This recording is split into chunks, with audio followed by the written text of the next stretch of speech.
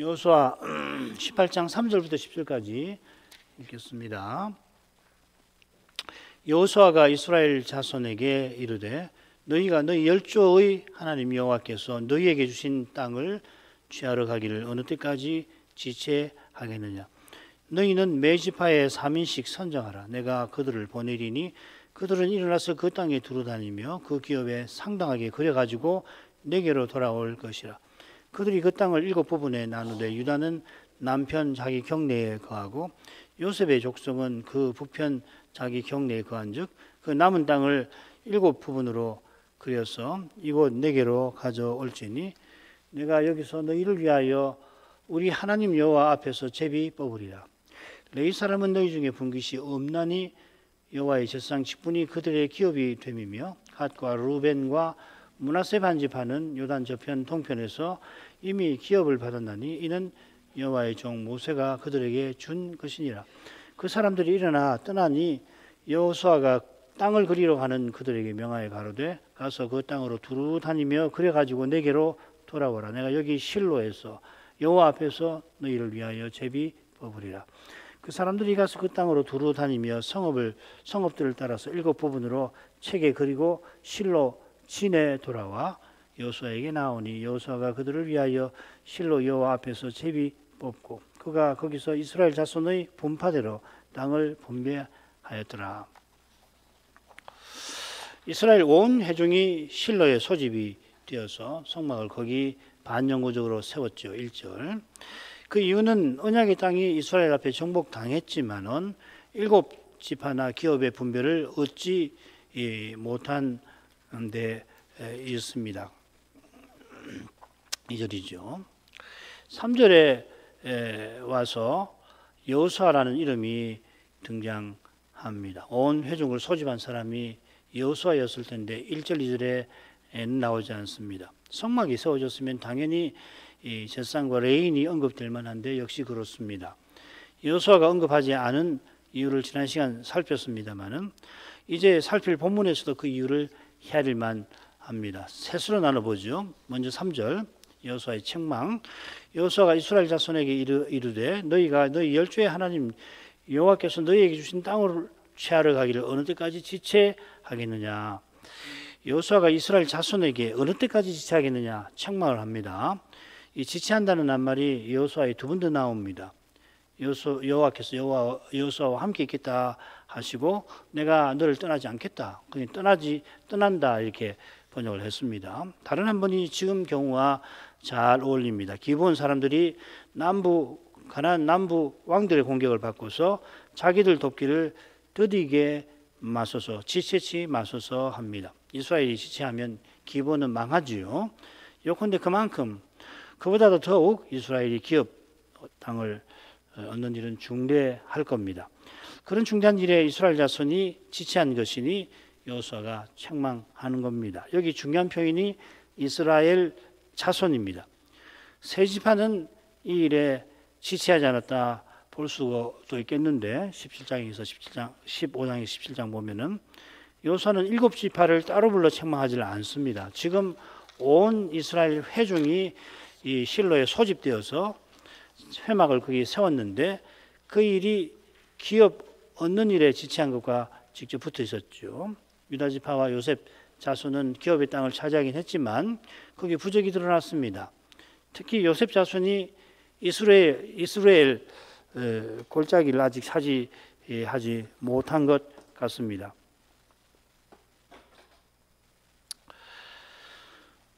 철병거가 두려워서 그 땅을 차지하지 못했죠. 에브라임과 므낫세 지파도 어느 때까지 지체하겠느냐 하는 책망을 피하지 못할 것입니다. 가장 모범적이라고 할 수 있을 유다도 칭찬받기는 어렵습니다. 얼른 봐서 유다가 가장 모범적인 것 같아도 주께서 보실 때는 크게 다르지 않습니다. 그런 탓에 가령 유다 지파가 다른 지파가 기업 얻는 일에 돕지 않았을는지도 모르겠습니다. 이제는 각기 전투를 해라. 꼭 그런 것만 아니거든요. 이 사사기 1장을 보면은 여호수아의 책망은 하나님의 집인 구약교회와 그리스도의 몸인 신약교회를 생각나게 합니다. 바울은 몸의 한 지체가 고난받으면 모든 지체가 함께 받고 몸의 한 지체가 영광 받으면 모든 지체도 즐거워한다고 교훈하지요. 바울이 이런 교훈을 고린도 교회에 베풀어서 그 교회만 염두에 두었겠습니까? 에베소서에서 교회는 만물 안에서 만물을 충만케 하시는 자의 충만이라든지 몸인 교회가 각 마디와 지체를 통해서 연락하고 상합하여 머리신 주님께 살아간다 교훈한 것이 서신받은 지역교회, 에베소 교회인지 뭐 다른 교회인지 마게도냐 교회인지 알 수 없는데 아무튼지 서신받은 지역교회만 해당되는 것이겠습니까? 더구나 이 서신이 그 교회만 있는 성경이겠습니까? 인생이 심히 유한한 탓에 실제로는 자기가 속한 교회, 지역교회나 교회연합에 그 생각과 경험이 국한되기가 쉬운 사실입니다만은 그러나 그런 상태에 갇혀서는 안 되는 겁니다. 교회의 하나님과 보편성이 거룩함과 더불어서 중요한 것을 놓쳐서 안 되는 겁니다. 가령 우리가 가까이 있는 한국교회, 결국은 한국만 아니라 온 세상에 심지어 하늘에까지 걸쳐 있는 하나의 교회에 속해 있는 겁니다. 한국교회가 신사삼비를 하였지만 교회적으로 회개하지 않은 그 죄가 우리와 아무 상관없는 그런 것 아닙니다. 가령 우리 교회가 그리스도 교회의 바른 자태를 구현하려고 하는 그것이 가까이 있는 신사삼배와 그에 앞선 여러 심각한 죄를 참으로 회개하려는 것이고 나아가 온 세상을 뒤덮고 있는 교회의 배도에 맞서려는 것입니다. 장차 적그리스도가 출현할 때 두세 사람이 주의 이름으로 모일 수밖에 없는 그런 때에 합심하여 주의 이름을 부르는 거기서 주께서 배도의 물결에 한몫 떠내려가는 주님의 교회를 건지시고 건져내신 그 소수를 통하여 하나님의 일을 온전히 이루고 계실 것입니다. 이 순간에도 세상 곳곳에서 죄와 죽음의 현실에서 특별히 배도의 현실에서 고난받는 많은 교회와 신자들의 고난이 있어서 이 세상에 주님의 교회가 여전히 우리가 여전히 세워지고 우리에게 약속하신 영광이 이루어져 가고 있다는 사실입니다. 말씀의 거룩한 빛 가운데서 이런 중요한 사실을 늘 깨닫고 나가는 것이 참으로 중요할 것입니다. 그렇지 않으면 눈앞에 현실에 매기가 쉽습니다. 그러면 중요한 것을 놓치기 십상입니다. 육의 몸의 문제를 육신적 태도로 해결하는데 떨어지기는 너무도 쉬운 겁니다. 그러면 교회에 문제가 생기면 남탓만 하고 결국 자기 원하는 것에 마음을 빼앗기기 십상인 것입니다. 여호수아가 이스라엘 자손에게 책망한 사실에서 주님의 교회의 신비가 비치고 있습니다. 이런 교회는 너희 열조의 하나님 여호와께서 주신 땅이라는 표현에도 배어 있습니다. 열조는 누구보다 아브라함, 이삭, 야곱을 가리키죠. 이 열조가 구약 이스라엘만 아니라 이방인 신자인 우리와도 깊은 관계가 있습니다. 주님께서 백부장의 종을 고쳐주실 때에 동서남북에서 많은 사람이 와서 아브라함과 이삭과 야곱과 함께 천국에 앉을 것이다. 이 앉는다는 말은 잔치한다는 이야기죠. 누가복음 16장 23절 아브라함의 품이 나오는데 같은 뜻일 겁니다. 뭐 아브라함의 품이 넓어가지고 죽어서 천당 가는 사람들은 다 그 품 안에 안긴다는 말 아니겠죠, 그죠? 식사한다는 이야기. 천국 잔치에 참여한다고 해석해야 할 겁니다. 바울은 아브라함의 자손이신 그리스도를 믿는 이마다 아브라함의 아들들이라. 그래서 아브라함의 복에 참여한다고도 표현합니다. 바로 이런 교훈에 여호와께서 가나안을 이스라엘에게 주신 뜻이 있는 겁니다. 그 뜻이 바로 우리가 예정을 입어 그리스도 안에서 기업이 되었다든지 하늘과 땅에 있는 각 족속이 이 온이라고 해야 됩니다. 각각의 족속이 아니라 전체, 영어로 하면 whole이 됩니다. 전체 족속에게 이름을 주신 아버지라는 표현에 담겨 있습니다. 하나님께서 그리스도 안에서 우리를 통해서 이루려 하시는 일이 하늘과 땅에 걸친 하나의 가족을 세우시는 그것입니다. 그리스도의 아버지가 우리의 아버지 되어 주시는 것입니다. 이런 복된 장래를 가리키시면서 여호와께서 가나안을 이스라엘에게 주셨던 것입니다. 여호수아의 지시로 가보죠. 너희는 매지파에 3인씩 선정하라. 내가 그들을 보내리니 그들은 일어나서 그 땅에 두루다니며 그 기업에 상당하게 거려가지고 내게로 돌아올 것이라. 그들이 그 땅을 7부분에 나누되 유다는 남편 자기 경내에 거하고 요셉 족속은 그 북편 자기 경내에 거한즉 그 남은 땅을 7부분으로 그려서 이곳 내게로 가져올지니라. 4절 그리고 6절 상반절 똑같이 중요한 표현 그리다 가져오라 두 동사가 있죠.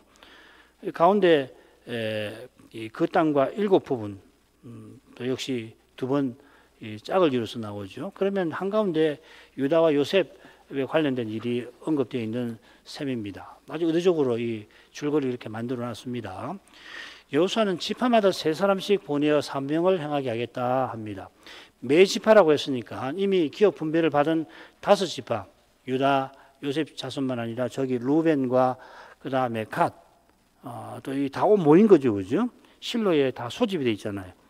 지금 이거 읽을 때 지금 문제가 된 7지파만 모여서 있고, 혹은 다 지파가 모이더라도 7지파에게만 이야기하는 것처럼 읽기 쉬운데 본문을 자세히 보면은 그렇지 않습니다.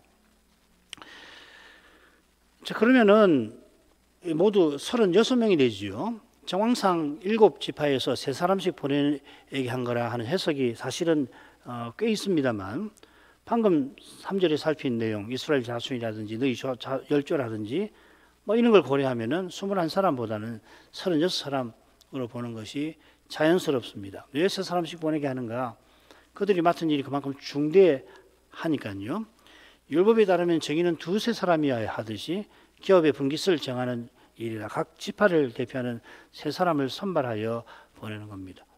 그리고 7지파나 아니고 이 유다와 요셉 자손도 관련이 되잖아요. 7부분을 그리는데 유다와 요셉 자손이 차지한 땅은 제해야 되잖아요, 그죠? 그러니까 그것도 사실은 간단한 문제가 아니지 않습니까? 그래서 12지파로 보는 것이 좋습니다.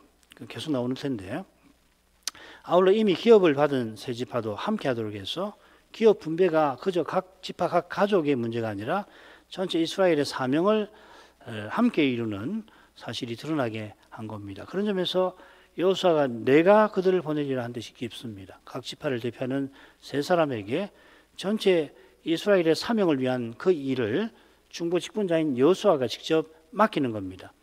여호와께서 여호수아를 통해서 그들에게 중요한 일을 명하시는 거죠. 여호수아가 내가 보내리라 한 것처럼 그들들어 내게 돌아오라. 그들의 작업을 토대로 해서 여호수아가 7지파의 기업 분배를 위하여 직접 제비를 뽑을 겁니다. 각 지파를 대표하는 3사람은 일어나서 즉 여호수아의 지시를 받듭니다. 그들은 그 땅에 두루다니며 그 기업에 상당하게 그리는 일을 수행합니다.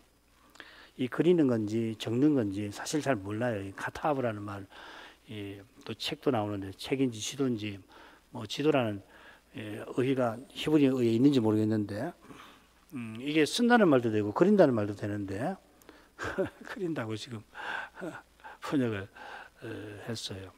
참 알기 좀 어렵습니다. 지도일 수도 있겠죠. 당연히 그 땅은 요단 서편의 땅이고 그 남은 땅이라고 한 것처럼 유다 지파와 요셉 자손이 차지한 경계를 제외한 겁니다. 유다 지파는 가나안의 남편에서, 요셉 자손은 그 북편에서 기업을 이미 얻었습니다. 7지파를 대표하는 3사람이 각각 자기 지파가 얻을 부분을 그리게 한 것이 아니라 모든 지파의 대표들이 함께 그 일을 행하게 한 것입니다. 이 시몬 같으면은 유다 지파 안에서 이 기업을 얻잖아요, 그죠? 이건 이제 유다 지파 경계를 이미 배웠는데 그 경계 내에서 시몬 지파의 땅을 얻는 거니까 그건 뭐 유다 지파와 상관없이 이 시몬 지파가 여기는 우리 땅 이렇게 할 수 없는 거잖아요, 그죠? 그러니까 36명이 함께 가면서 여기는 이 유다 지파가 차지한 땅 크니까 이 네게브 남방 지역 여기는 시몬에게 줍시다. 뭐 이렇게 여기 그런 걸 서로 의논하고 요 부분은 시몬에게 돌립시다. 이렇게 정했겠죠. 생각해 보면. 자, 그다음으로 가죠. 내가 여기서 너희를 위하여 우리 하나님 여호와 앞에서 제비 뽑으리라. 여호수아는 대표들이 가져온 자료에 근거해서 내가 제비 뽑으리라 합니다. 이는 여호와께서 여호수아 엘르아살 족장들에게 내리신 지시를 따르는 거죠. 이는 우리 하나님 여호와 앞에서 뽑으리라 한 데서도 확인이 됩니다. 여호수아가 이번에도 필시 대상 엘르아살과 족장과 더불어서 제비를 뽑았겠죠. 각 지파의 족장이 자기 차례에 제비 뽑게 했었는지도 모르겠습니다만은 방식은 잘 모르겠어요. 중요한 것은 여호수아가 중부 직분자로서 그 일을 시행했다는 이 사실입니다. 이 이스라엘 백성들에게는 이게 거의 본능적으로 즉각적으로 느껴졌을 텐데 우리는 사실 이걸 잘 놓치기 쉽거든요. 이스라엘 사람들은 이게 너무도 당연한 거예요. 오늘날 우리는 민주주의 국가에 살아가지고 이 대표성에 대해서 부정하지도 않고 대표성을 인정하면서도 이스라엘 백성이 이 여호수아를 대하는 것하고는 사뭇 다른 태도를 우리는 이 정치 지도자들 대하는 셈이죠, 그죠? 더구나 이건 이스라엘이니까 이 중부 직분에 대한 그 이해라고 하는 것은 아주 독특한 겁니다. 이거는 우리 종교의 기독교의 특성이기도 하죠. 그래서 여호수아는 자기가 했다고 하는 거예요. 실제로는 엘르아살 족장들하고 다 같이 했을 텐데 내가 뽑으리라 내게 보내라 그걸 한다고요. 이 교만해서 하는 게 아니고 이런 거라고 이게 구약 때부터 이 중보론이잖아요, 그죠? 예. 그처럼 여호수아가 말하는 너희는 7지파를 포함하는 이스라엘 자손님들입니다. 7지파가 기업 분배를 받지 얻지 못한 상황이라 여기 너희만 아니라 가나안을 두루 행하며 기업에 상당하게 그린 책임자들도 7지파의 대표들이라고 생각하기 쉽습니다만은 여호수아가 여기서 한 것처럼 지금 실로에 7지파만 소집된 게 아니라 12지파 모두 모여 있습니다. 동편 2지파 반도 대표가 참석해 있죠. 그런 상태에서 제사장과 레인이 회막을 세운 겁니다. 이런 내용이 이제 살필 7절과 관계되었으니까 넘어가지요. 레위 사람은 너희 중에 분깃이 없으니 여호와의 제사장 직분이 그들의 기업이 됨이며 갓과 루벤과 므낫세 반지파는 요단 저편 동편에서 이미 기업을 받았나니 이는 여호와의 종 모세가 그들에게 준 것이니라. 이 7절은 말입니다. 이는 이러이러함이니라. 왜냐하면 이러이러하기 때문이라 이렇게 시작돼요. 영어 갖고 계신 분 보면은 for 이렇게 되어 있을 겁니다. 여호수아가 7지파를 위하여 제비 뽑는 이유를 여기서 언급을 합니다. 그 이유는 레위 사람은 너희 중에 분깃이 없다는 사실입니다. 그러니까 이게 언론 문맥에 어울리지 않아서 몇몇 영역본은 그러나 레위 사람은 이렇게 번역을 해요. 사실은 영 불가능한 건 아닌데 이거 어색한 번역이거든요. 한글 개역도 그러나 그런 데가 없긴 하지만 비슷하게 보이죠, 그렇죠? 비슷하게 번역하는 겁니다. 하지만 여호수아가 제비 뽑아 7지파에게 기업을 정해주는 이유를 실제로 제시하는 겁니다. 그 이유는 레위 사람이 이스라엘 중에 분깃이 없는데 여호와의 제사장 직분이 그들의 기업이 된다는 그 중요한 사실에 있는 겁니다. 여호와께서 레위 지파에게 제사장 직분을 맡기시고 다른 지파처럼 분깃을 주시지 않은 거기에 지금 여호수아가 7지파를 위해서 제비 뽑아 기업의 땅을 주는 뜻이 있다는 겁니다. 그 뜻은 이스라엘이 제사장 직분을 통해서 여호와를 가까이 하게 하신 거죠. 여호와를 가까이해서 기업의 땅에서 여호와를 섬기게 하신 겁니다. 기업의 땅에서 거둔 천열배가 오실 메시아를 가리키듯이 기업의 땅 자체가 메시아가 세우실 하나님 나라를 가리키는 겁니다. 여호와께서 이는 거룩한 뜻을 기업 얻는 규례에 담아 놓으신 겁니다. 이 규례만 아니라 다른 모든 규례도 결국 오실 메시아와 하나님 나라를 가리킵니다. 우리가 살핀 대로 레위기에 기록된 제도나 법전이나 온갖 세칙들이 일제히 그리스도와 하나님 나라를 구약 교회만 아니라 신약 교회에 비춥니다. 이 거룩한 빛을 받고 깨닫는 길이 단연 제사장 직분을 통해서 여호와를 가까이 하는 제사를 통해서 열리는 겁니다. 신약 예배에서 메시아께서 아버지를 선포하고 찬송하시는 까닭에 교회와 신자가 그 주의 영광을 뵙고 주님의 몸과 지체답게 서나가는 겁니다. 메시아께서 부활 후에 그렇게 사역하겠다고 아버지께 서운하셨습니다. 이를 위해서 만물이 인하고 만물이 말미암는 하나님께서 메시아를 고난으로 말미암아 온전케 하셨다. 그렇게 교훈하죠. 신약의 선자는 이 메시아를 우리 구원의 주라고 부릅니다. 이 주로서 우리 주님은 먼저 나가신 영광에 우리를 이끌고 계시는 분이십니다. 이끄시는 방도가 단연 예배고요. 예배소서 히브리서 2장 10절에 이 핵심 내용이 나오잖아요. 만물이 인하고 만물이 말미암은 자에게는 많은 아들을 이끌어 영광에 들어가게 하신 이래 저희 구원의 주를 고난으로 말미암아 온전케 하심이 합당하도다 하고서 11절에 거룩하게 하신 이와 거룩하게 함을 받는 자가 하나에서 난지라. 그리고 12절에 가면은 그 유명한 이르시되 내가 주를 내 형제들에게 선포하고 내가 아버지를 주를 교회 중에 찬송하리라 하셨으며 이렇게 하지 않습니까? 그게 무슨 말입니까? 단연 예배예요.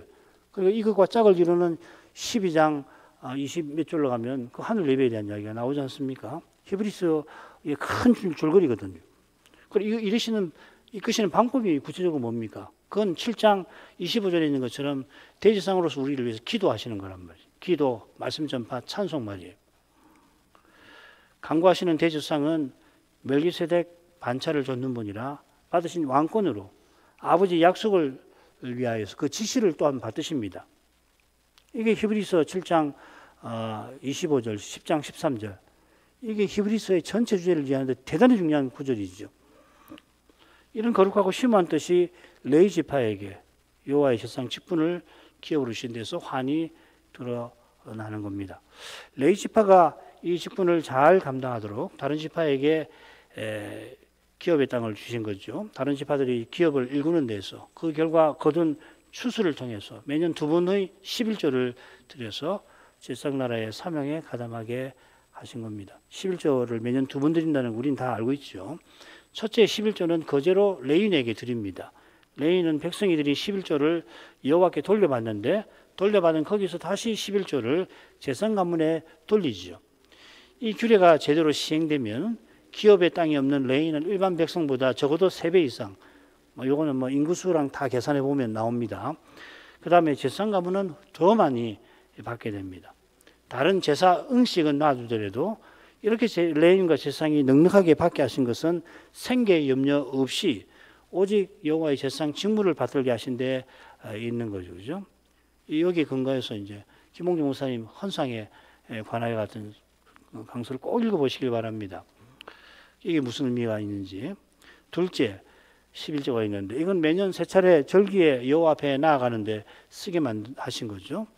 둘째 11조도 무엇보다 여호와를 가까이 하는데 쓰게 하신 겁니다.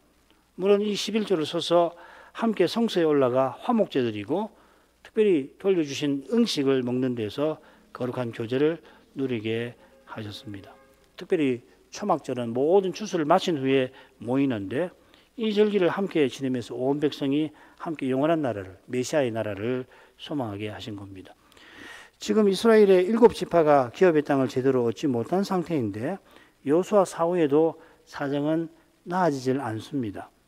그때는 여러 지파가 오히려 지금은 정복되어 있는데 그때는 사사기로 가보면 오히려 여러 지파가 상당히 많은 지파가 오히려 선주민에게 억눌려 가지고서 자기 땅에 사는 게 아니라 평지에 사는 게 아니라 산지나 굴 속에 갇혀서 살지 않습니까?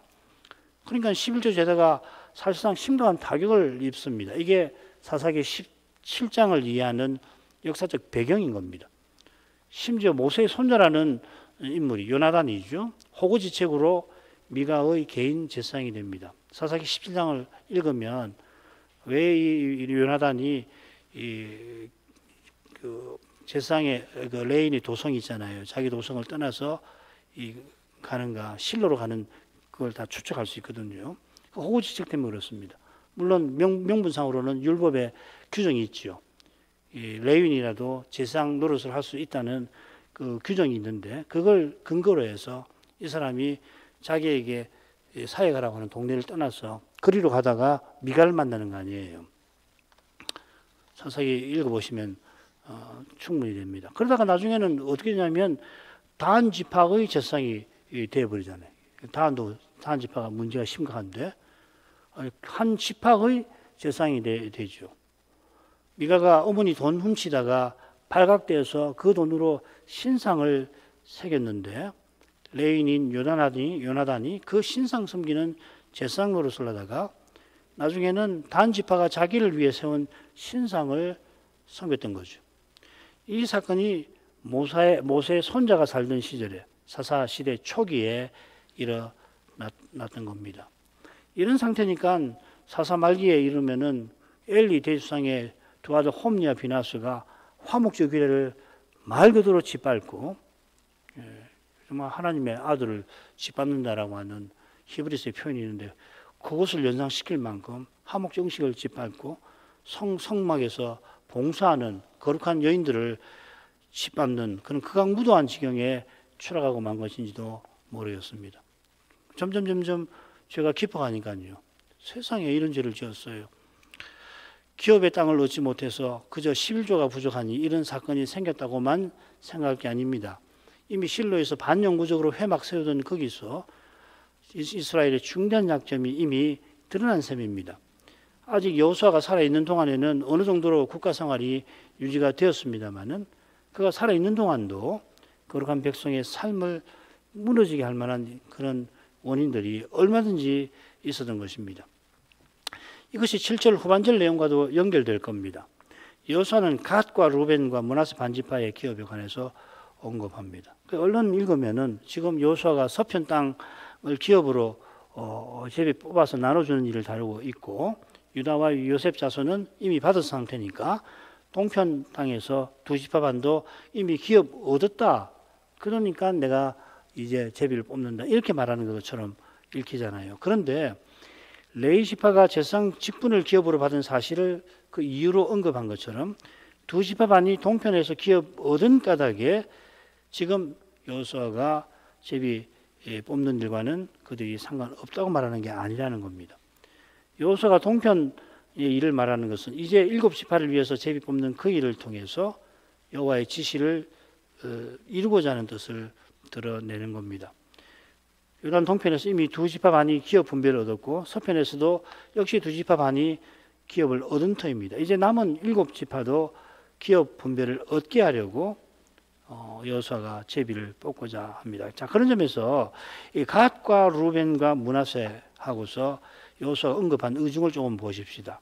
이 루벤과 갓이라고 하는 이 표현이 성경에 이 두 지파가 함께, 두 지파 이름이 함께 성경에 한 40분 정도 등장을 해요. 대부분 루벤과 갓 이렇게 되어 있습니다. 그런데 딱 두 경우, 이 경우하고 다른 한 사례, 민수기 32장인데 거기만 갓과 루벤 순서로 나옵니다.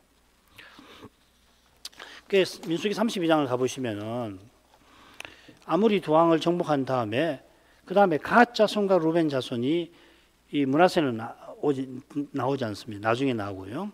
갓 자손과 루벤 자손이 모세와 엘르아살과 족장들에게 와서 우리에게 이 동편 땅을 주십시오 하고 구합니다. 그러니까 모세가 이 두 지파에게 갓과 루벤 똑같습니다.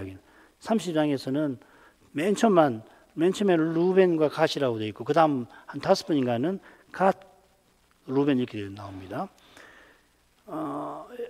어찌하여 서편으로 가서 형제들과 함께 전쟁에 나서지 않으냐 하니까 갓 자손과 루벤 자손이 우리가 형제들 앞서서 서편 땅을 정복하겠습니다. 그러고는 우리가 돌아오겠습니다. 다짐을 갓 자손과 루벤 자손에게 받고서 갓 자손과 루벤 자손과 므낫세 반지파에게 기업을 줍니다. 그러니까 므낫세 반지파는 나중에 슬그머니 이 동편 땅을 얻는데 슬그머니 가담을 했던 것 같아요. 그 경위는 다 알려지지 않지만은 여호수아가 이 일을 잘 알고서 지금 7지파를 위해서 제비 뽑기 전에 언급을 하는 겁니다. 동편의 두 지파 반이 맹세한 대로 형제들 앞서 전쟁에 나섰지만 7지파가 아직 기업 분배를 받지 못한 탓에 이들이 자기 기업으로 돌아가지 못한 상태에 있는 겁니다. 그래서 이제 19장, 18장 11절부터 19장 51절이 7지파가 제비 뽑은 땅에 관한 내용인데요. 그 끝에 보면 이렇게 되어 있습니다. 19장 51절 제사장 엘라살과 눈의 아들 여호수아와 이스라엘 자손 지파의 족장들이 실로에서 회막문 여호와 앞에 제비 뽑아 나눈 기업이 이러하니라. 이러하니라 말은 앞에 기록한 대로 앞에 기록한 대로다 이 말이죠. 이에 땅 나누는 일이 마쳤더라. 그러니까 지금 실로에서 제비 뽑는 일이 19장에서 마친 거예요. 그런 다음에 20장, 21장에는 레위인의 성읍이 열거가 됩니다. 그러고서 22장 9절에 가면 루벤 자손과 갓 자손과 므낫세 반지파가 이 가나안 땅 실로에서 이스라엘 자손을 떠나 여호와께서 모세로 명하신 대로 얻은 땅 그 소유지 길르앗으로 가니라. 그러니까 왜 지금 이 동편 지파 이야기를 하냐면 이 사실 때문에 그런 거란 말이죠. 7지파가 분배를 얻지 못하면 이 두 지파, 동편 두 지파 반 사람들이 군인들인데 이 사람들은 돌아가지를 못하는 거예요. 무슨 말인지 아시겠죠? 아울러 동편의 두 지파 반이 이제 기업으로 떠나게 되는데 여호수아는 이들도 실로 회막에서 이루어지는 제사장 직무를 지지하게 하려는 것 같습니다. 그런 의도로 지금 이야기합니다. 왜 그러냐면 이 두 지파가 자기 기업으로 돌아간 다음에 무슨 일이 생기냐면 요단가에 큰 단을 세워버려요. 이게 이제 심각한 문제예요. 전쟁이 날 뻔하게 되거든요. 그러니까 여호수아는 이런 일을 잘 알고서 일곱 지파가 땅 얻는 일을 기록하지만 실제로는 전체 이스라엘을 모아놓고서 모든 지파가 기업 없는 관점에서 일곱 지파의 문제를 다루고 있었다는 이야기죠. 쉽게 말씀드리면. 그리고 그 의미는 이 교회 하나됨 연관한 거죠. 자, 8절로 가죠. 그 사람들이 일어나 떠나니 여호수아가 땅을 거리려고 하는 그들에게 명하여 가로되 가서 그 땅으로 두루 다니며 그래 가지고 내게로 돌아오라. 내가 여기 실로 여호와 앞에서 너희를 위하여 제비 뽑으리라. 뭐 이건 특별히 설명드릴 게 없습니다. 밑에 읽으시면 앞에서 설명한 내용 그대로니까 넘어갑시다. 그다음 마지막으로 가죠. 그 사람들이 가서 그 땅으로 두루 다니며 성읍들을 따라서 7 부분으로 체계 그리고 실로 진에 돌아와 여호수아에게 나오니 여호수아가 그들을 위하여 실로 여호와 앞에서 제비 뽑고 그가 거기서 이스라엘 자손의 분파대로 땅을 분배하였더라. 그 사람들이 지시를 받들어서 7 지파를 위한 기업의 땅을 체계 그려서 여호수아에게 가져옵니다. 여호수아는 실로 진에 돌아왔다고 기록하죠. 실로 회막이 아니라 진이라고 합니다. 이것은 지금까지 길갈이 거룩한 전쟁의 본부였던 사실과 관련된 중요한 변화를 표시하는 겁니다. 이제부터 이스라엘이 거룩한 전쟁에 나설 때 실로에서 출발하게 될 것입니다. 아울러 7 지파가 이제 거룩한 전쟁에 나서야 할 것을 여호수아가 암시해서 실로 진으로 돌아갔다. 회막보다는 진이라는 표현을 쓰는 겁니다. 여호수아가 약속대로 실로에서 여호와 앞에 제비를 뽑습니다. 이스라엘 자손의 분파대로 땅을 분배한다. 이 분파 지난번 공부했죠, 그죠? 이 구별이라고 번역이 되었습니다. 그 의중을 우리가 살핀 바 있죠. 여호수아가 제비 뽑는 방식을 통해서 각 지파의 소명에 맞게 땅을 나눠줬다 하는 겁니다. 실질적으로 7 지파를 위해서 제비 뽑습니다만 그 의미는 이스라엘 지파들이 함께 사명 이루게 하는 데 있다 하는 것을 이렇게 드러내는 겁니다. 이 정도 하지요? 기도 제목.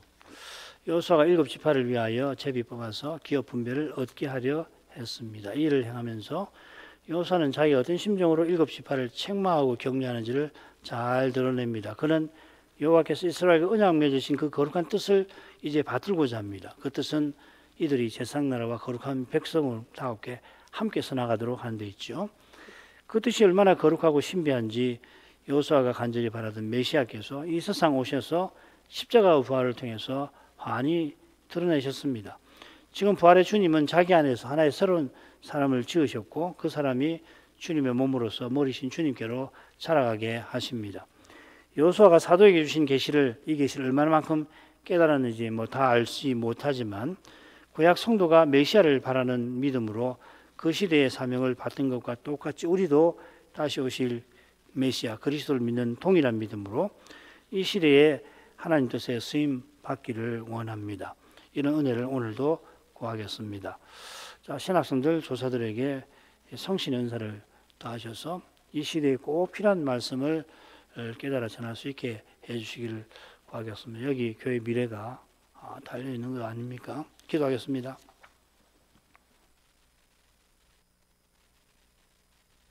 같이 기도하겠습니다.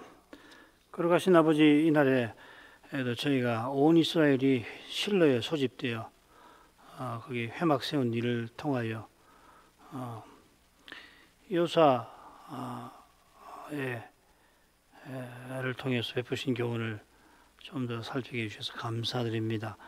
여호수아가 온 이스라엘을 소집하고서 그 회중을 향하여 기업 얻는 일에 부족한 점을 책망하였습니다. 7 지파가 누구보다 그 책망을 물론 받아야 합니다만 다른 5 지파도 그 책망을 피할 수 없는 것을 성경에서 저희가 확인합니다. 유다 지파가 모범적이라 할 수도 있지만 그보다 더 모범적인 삶과 행위라도 하나님 앞에 그 거룩하신 눈앞에 부족할 뿐입니다.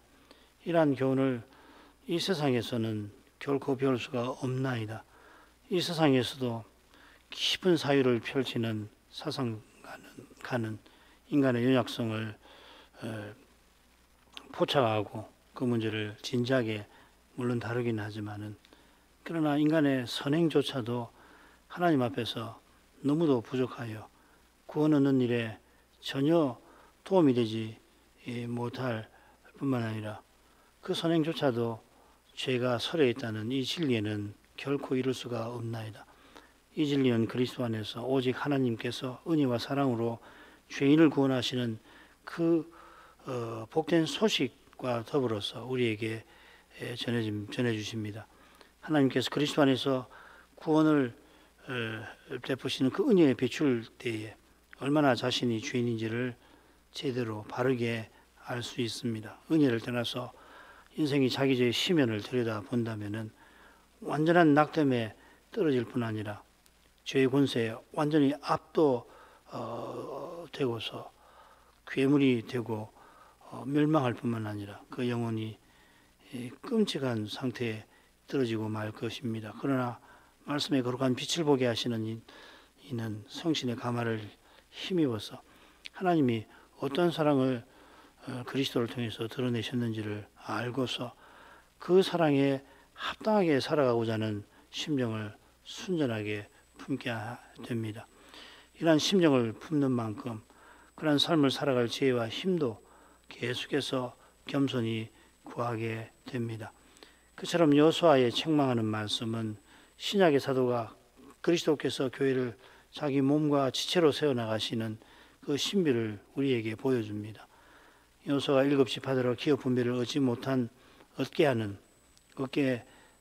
얻도록 하는 그 일을 기록하면서 이스라엘이 하나의 권속이고 함께 거룩한 사명을 감당하고 나가게 하신 여호와의 그 뜻을 비추어 줍니다. 이러한 뜻이 여호수아가 간절히 바라보던 메시아와 하나님 나라를 통하여 이제 우리에게 환히 드러나고 있사옵나이다. 이런 빛을 주일 예배에서 더욱 보게 하셔서 우리 시대의 현실에서 보아야 할 것을 분명히 보게 하시옵소서. 이 시대의 교회가 한몫 배도의 물결에 휩쓸려가고 있는 이런 현실을 마치 강 건너 불구경하듯 하지 말게 하시고, 이런 시대에 진리의 말씀을 전하고 받도록 하신 그 뜻이 무엇인지를 마음에 깊이 새겨 주님께서 충직한 종들을 통하여 저희가 그리스도 교회의 바른 자태를 드러내는 그런 사명을 주신 이것을 늘 각성하고서 이 사명 받드는 것을 우리의 생명보다 귀히 여기며 실천할 수 있게 해주옵소서. 시절이 더욱 열악해져서 이런 사명을 각성하고 받들고 나가는 그러한 사람을 주위에서 나아가 온 세상에서도 찾기가 점점 힘들어지겠지만은, 그러면 두세 사람이 과연 주의 이름으로 모여서 배도하는 시대적 문제를 두고 기도하게 될 터이지만 거기에 주님이 함께 해주시고 아버지께서 그 기도를 들어 응답하실 것을 인하여서 담대히 발걸음을 내디디고 나갈 수 있게 해주옵소서. 이러한 행진은 사람이 스스로 할 수 없는 것임을 항상 기억하고서 더욱 겸손히 주님 은혜를 구하게 하옵소서. 이 시대에 주님의 교회들에게 가장 중요한 것이 무엇인지 참으로 모르지 말게 하시고 그 중요한 것을 늘 주님께 구하고 또 주시는 것을 받아나갈 수 있게 해 주옵소서. 믿음의 길에서 고난받는 교회들, 배도의 물결에 맞서 그 힘겨운 과제를 다뤄야 하는 자매교회들에게 주께서 권고해 주시옵기를 필요한 말씀을 그 강단들을 통해서 내려주시고 참된 지혜를 허락하여 주시되 그리스도의 사랑에 이끌려서 주님 나라의 평안과 기쁨 가운데서 그리하게 하옵소서. 예수님 이름으로 기도합니다. 아멘.